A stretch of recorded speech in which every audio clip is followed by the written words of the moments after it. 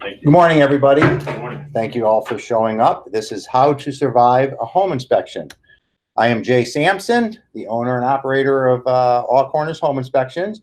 Deb Weaver is with me this morning. She does my marketing.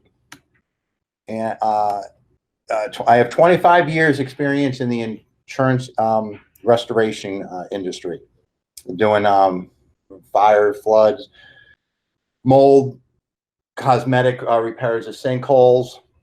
I've seen just about everything when it comes to repairing a home. I've never built a home in my life. I am a building contractor certified by the state, and I've repaired homes, like I said, but I've never actually built a new home, which I think gives me a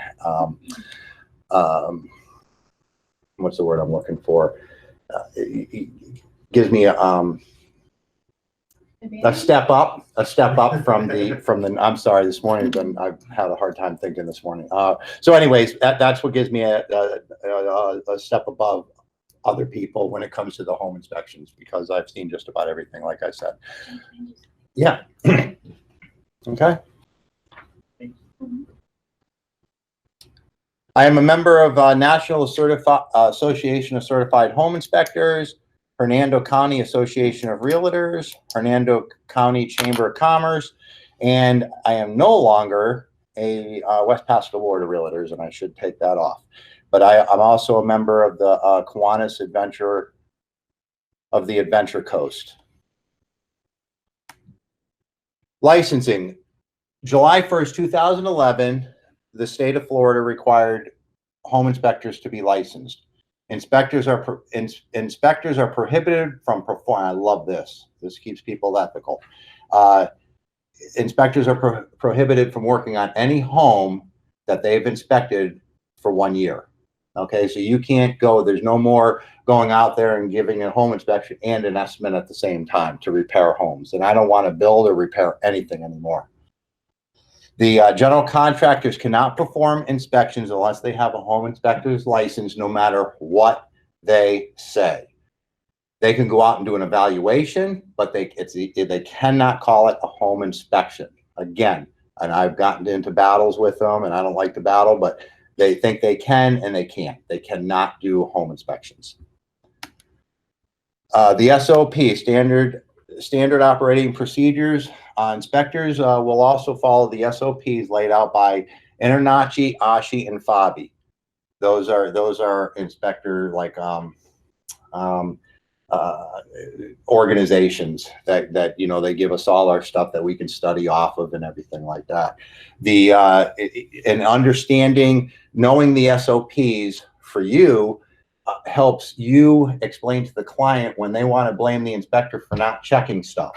Like there's certain things we don't have to check. Low voltage, we don't have to check it. Okay, I mean, security systems. I'm always asked, why don't you check the security systems? And I tell them, because the police get upset for showing up to the house. How do you check a security system? So referring the right inspector. First off, make sure that they are a home inspector before you refer anybody. And look for experience. Like I said, my experience and background is in insurance restoration. I've torn the middle of homes apart and put them back together. A car goes through, in one side of the house and comes out the other. There's things you get to see. I've actually had an opportunity of crawling down inside a hole and looking up at the underneath of a slab home. Not too many people have an opportunity. It was a sinkhole being repaired. They had to go throughout the home, and every 8 feet, they had to dig holes in the center of their house and get up underneath there to put pins. So some of the opportunities that I've had have just been really crazy. And make sure that they've been in business for a while. Okay, don't let cheap. I actually had to raise my prices, and due to the fact that I put down here, don't let cheap be your guide. I found out I was one of the cheaper ones at one point. So I'm like, well, if I'm going to say it, I might as well, raise my prices. So scheduling. Before scheduling a home inspection, make sure that the electric and water are both on. and verify it. Don't assume the listing agent has taken care of it. The inspection cannot be performed without utilities being on. Now, with that being said, when I get to a house, if the electric's not on and the water, I really don't want to do the inspection because it's just more work for me to have to go back. I don't like doing another charge, but in that case, I have to. If it's just the water, to go throughout a house and inspect just the water, not being on, if I have to go back, it's about 25 minutes. That's not a problem. The electric is a problem. So if we had a choice of electric and water, give me electric, and I can do the inspection. Some people are charging fees for wasting their time. And I know it's not the realtors that are actually scheduling the inspection, the buyer's agent. I know you're just listening to the listing agent. So I know it's not you guys that are having me go out to do an inspection if the utilities aren't on, because you're just listening to what the listing agent says. Home inspections can last anywhere from an hour and a half to 3 hours, possibly longer, depending on the size and condition of the home. Make sure everybody knows that. First thing I tell clients when I get to the home is, I love what I do, but it's very boring to watch me have fun. If you want to hang out here, it's your inspection. I always try to say it to where it doesn't sound like I'm pushing them out the door. But I'm not going to rush the job because you're standing there. And I'm going to do my job when I'm there. And hopefully all inspectors will, no matter what, they're doing. And I say, if you want to run out for an hour and a half and come back, great. If you want to, and even when Angela, I have somebody that books my inspections, and she'll tell them, if you want to show up towards the end, an hour before, if it's 12 o'clock inspection, show up at 1:30, and then you get to be there at the end, and I can kind of go over the report and everything with you. And it's good, to schedule the WDO at the same time as well. If this is the first time you've ever booked a home inspection, you should attend so that you have a better understanding of what happens during a home inspection. When a home inspector points out concerns, they should explain the concern and other possible solutions to the correction and concern. I love to talk about what I know. Okay, so you never have to worry about me not explaining to the client how the repair should be done. I'm not going to get too technical, but I'll give them an idea of what should be done. And if it's a major concern, broken truss, back in the 70s and 80s, AC contractors, if truss was in the way, they would just cut the truss out of the way.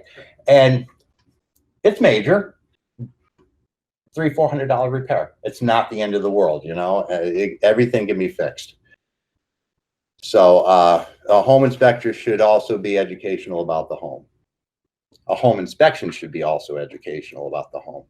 If you are using a home inspector that you have not worked with, in the past, you should plan to attend. A home inspector's goal is not to kill the deal. I hate that term. When I hear that, the inspector killed the deal, and by communicating with you as well as the client, it can make the difference when explaining the home's condition. Okay. If anybody has any questions, please stop me. Okay. And ask if you have a question. If your clients are anxious or apprehensive going through the process, you should plan to attend the home inspector. What the home inspector finds may be a large impact or whether or not the client goes forward with the sale. A home inspector may explain a minor concern that they find, but your client may think it's a huge problem. Sometimes it's important for a third party to be present so that those concerns can be properly understood. And I might repeat myself a few times here, but if please, if your client is talkative, okay, you show up or let them know. If you can't show up, let them know. The inspector has a job to do, no matter what inspector it is.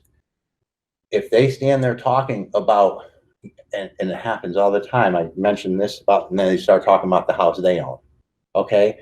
Doesn't have anything to do with this home inspection. You don't want to get the home inspector off task. So if you have a talkative client, let them know they need to let the home inspector do their job. Again, I try not to be rude, but when I'm on one side of the house and I'm being called and a panic to the other side of the home is going to throw me off. It's just going to throw me off, and it's probably going to throw off a lot of home inspectors. Some home inspectors might just sit there and say, no, when I get there, and I tell people that sometimes too. You have an issue here, stand there. I'll be running past you at one point, in the next 2 hours. So, okay, when you know the inspector and feel comfortable with your clients and you may still want to make an appearance. Many realtors will come just to introduce the inspector to the clients and leave, make an excuse or something like that. You don't have to stick around. I know your time is pretty valuable, and I just you don't have to stick around the whole time. Some realtors they'll stick around the whole time, and I think that's great because they're going to lose. I have a few that sit there and say every single time that they're at their inspection for the whole time, they walk away with some knowledge. So it is a good idea. I hate the term shut up, but nothing really rhymes with show up. So shut up. Home inspectors were hired to report on the condition of the home, not to make the sale go through. Believe it or not, we're not there to make the sale go through.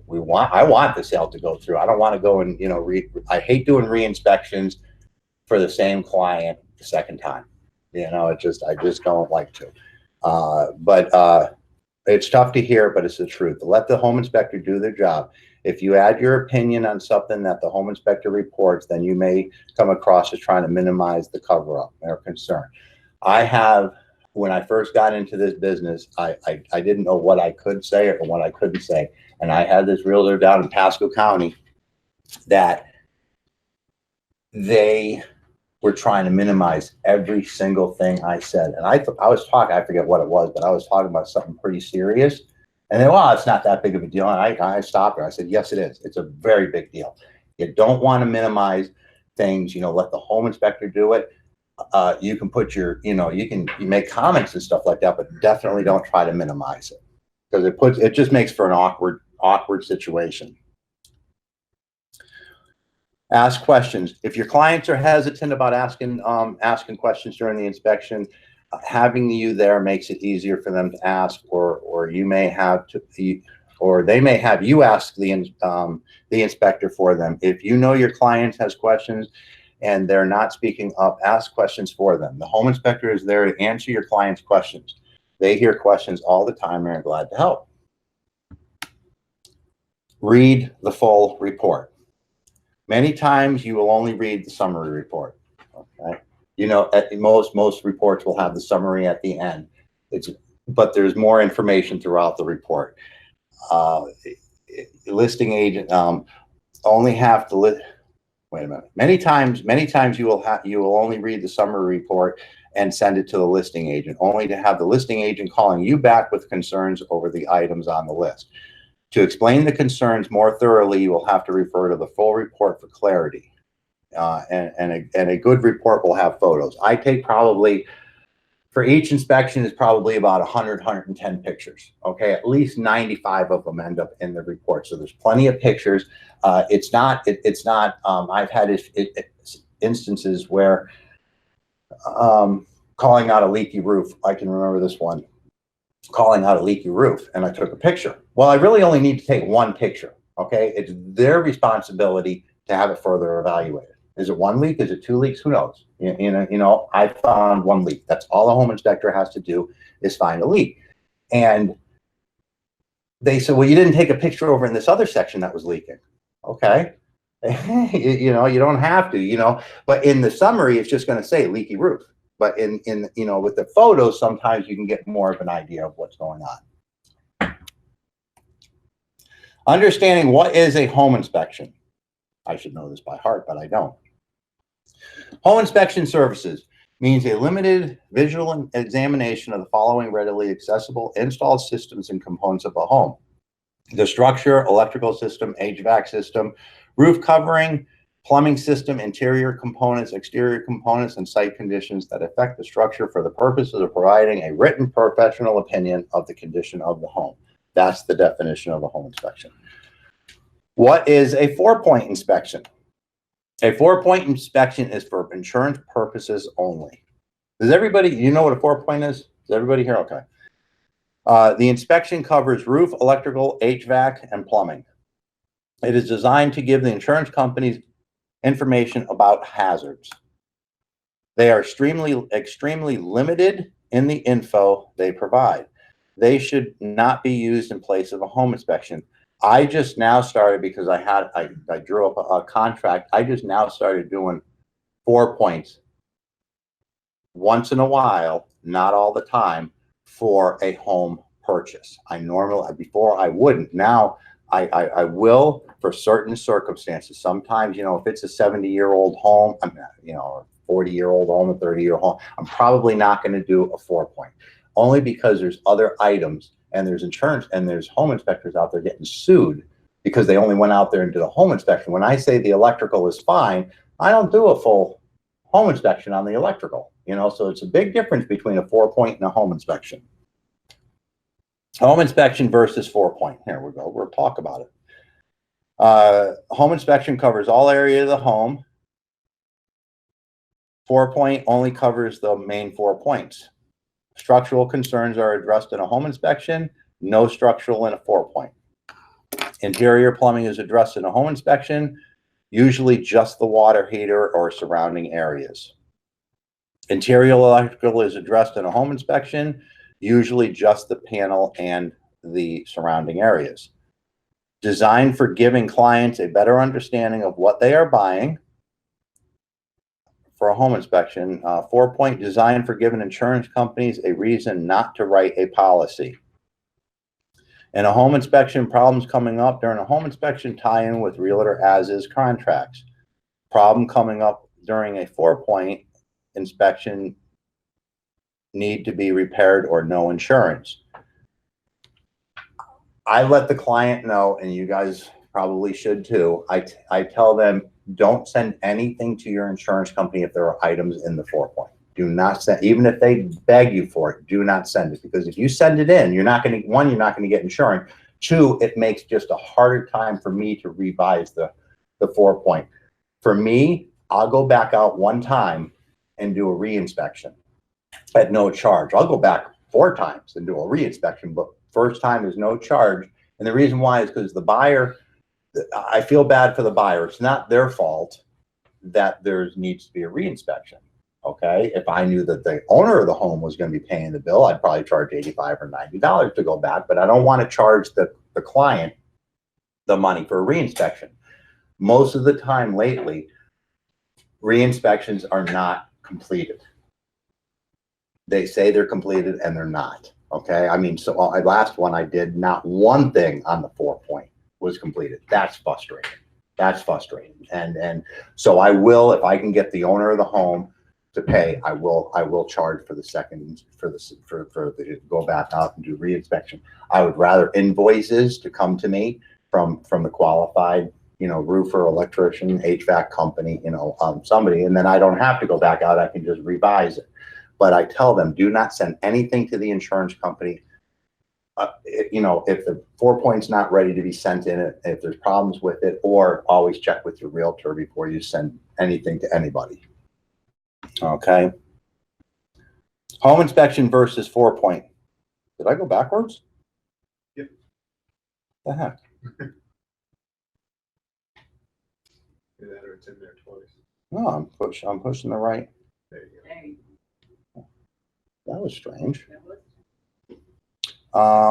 Okay, 4 point inspections were once only required in homes over 50 years or older. Now 4 points are required on homes 30 years or old. 30 years for many.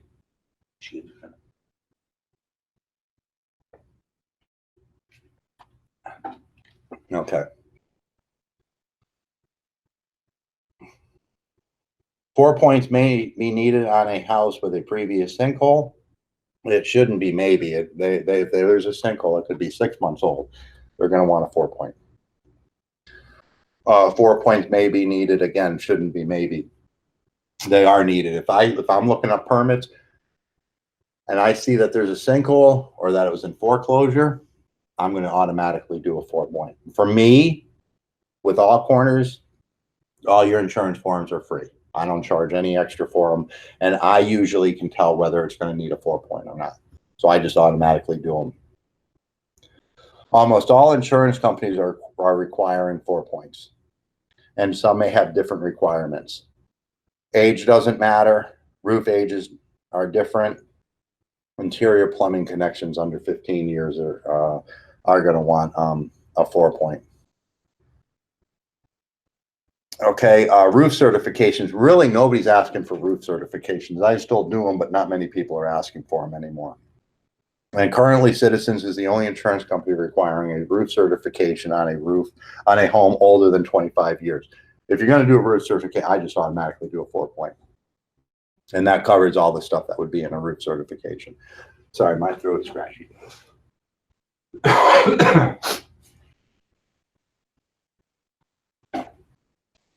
Okay.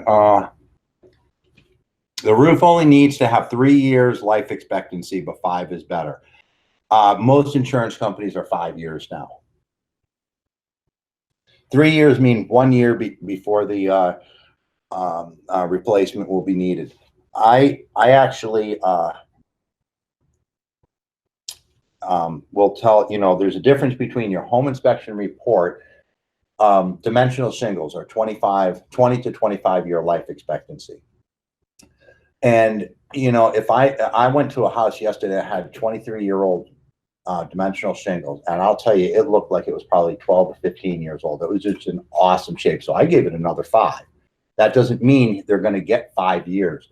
It's for insurance purposes only. Even though it looked in really good shape, does not mean, just because the inspector puts down 5 years life, doesn't mean you're going to get 5. It's just getting you insurance. Okay. Asphalt shingles are, thank you, Debbie.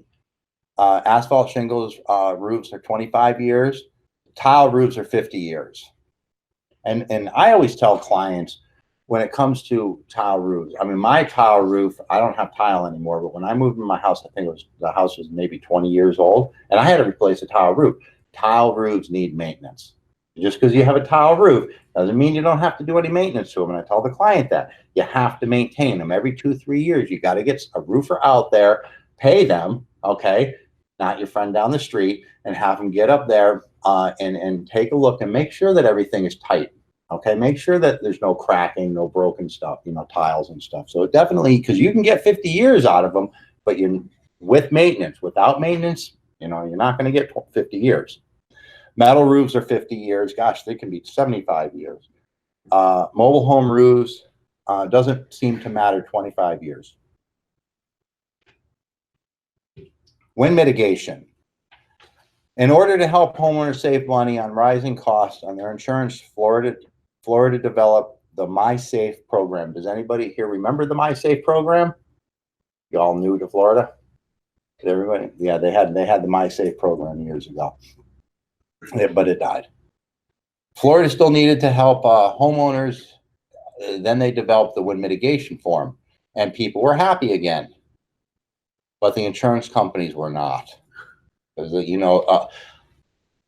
wind mitigation, how I explained 4 points versus wind mitigation. 4 point is the reason the insurance company not to give you insurance. Wind mitigation are for discounts only. That's it. But I used to tell people that they're, the clients, for this, you're going to get a discount on this, you're going to get a discount on that, you're going to get a discount on this. And then I got a call from a client saying, well, you told me I was going to get a discount, and they're actually charging me $800 more. And I'm like, really? Why? Why? Because the insurance company started to get the job, to get the client. They were giving the quotes with all discounts included. That's huge money. We're talking window opening protection, all the protections and stuff. Well, when you got a house that's 30 years old, you don't have any of those protections. So what they were doing was giving the quote at the low price and then adding what they didn't have. And I'm like, oh, that's not fair. That makes me a liar. So I had to stop telling this for discounts. The SOR changed the form to 4 pages long with more restrictions on what qualified and needing pictures as well. And at the top, and to top it off, they gave the insurance companies the right to inspect using their own people. And the people were not so happy anymore. Okay, does anybody have any questions? That's it. That's it. Hopefully you all have some questions. I have a question for you. Oh, yes. 4 points. had a cash offer on it, would you recommend at least a full inspection? Because they say, oh, we don't need it. We don't need it. I'm always going to recommend, say yes, a full home inspection. Okay. Like I said earlier, I don't like to go and do 4 points unless it's for their client, unless it's for somebody just to renew their insurance. If they needed to renew their insurance, I'm always going to recommend a full home inspection, because that's going to give even cash strict jobs or as is contracts, you know, like nothing can change. It just gives them, okay, it's as is, but here's the items that you're going to be looking at repairing. You know, so I mean, I'm just going to always recommend a full home inspection, not just because I love money, but it's just better for them. I'm just saying, because they can say, you know, thinking too much. This is a bunch of things that I need to fix. So, you know, it's a cash. It's kind of like a punch out list, you know, for them to go through. And so, yes, I always think it's a good idea, you know, to do. Now, when I bought my own house, I was doing insurance restoration. So you know, 20 years ago, I'm like, I can do my own home inspection. There's things that home inspectors, I have to, there's things that we look at that contractors don't look at. So when they say, well, I have a friend that can do it, we look at things totally different. They know their business, but they're looking at things to repair and what needs to be taken to repair it. Or the person that wants to get their own electrician out there and the AC contractor out there and the plumber out there, so they can all inspect all that stuff. Well, what happens is things that will overlap get overlooked. You know, the plumber is going to sit there and say, well, that's going to be the electrician. He's going to pick up on that. Electrician's going to say, well, the plumber's going to pick up on that, huh? Like get an estimate for those. Yeah, you know, so a home inspection is, and we don't look at everything. I mean, we're not going to pick up on, we can't, when I said we don't look at everything, we can't see everything. You know, we can't see through walls. We can't do that, you know. But yes, I'm always going to recommend a full home inspection. Even though if I did just 4 points and I could stay busy, I'd make a lot more money because it'd take a lot less time. But I think a full home inspection just covers everything. And then there's nothing that's overlooked. Yeah, so. Anybody else? Debbie, do you have a question? How many times you heard this, Deb? She's a trooper. Okay, real quick, since we have just, you know, I don't know how much time we have, but here, I don't know if anybody ever has a question. We can email this out to everybody. I have an app. I call it an app, but then I'm corrected by people that know what an app is. If anybody wants this, it's to find ages on water heaters and AC units, because they're not all the same. They're found in the serial number, but every company will have a different sequence. It's usually the first two of the first four numbers in a serial number will be the year, or sometimes it's a letter in there, and I'm looking for it here. It's if you want to write this down, Building Intelligence Center.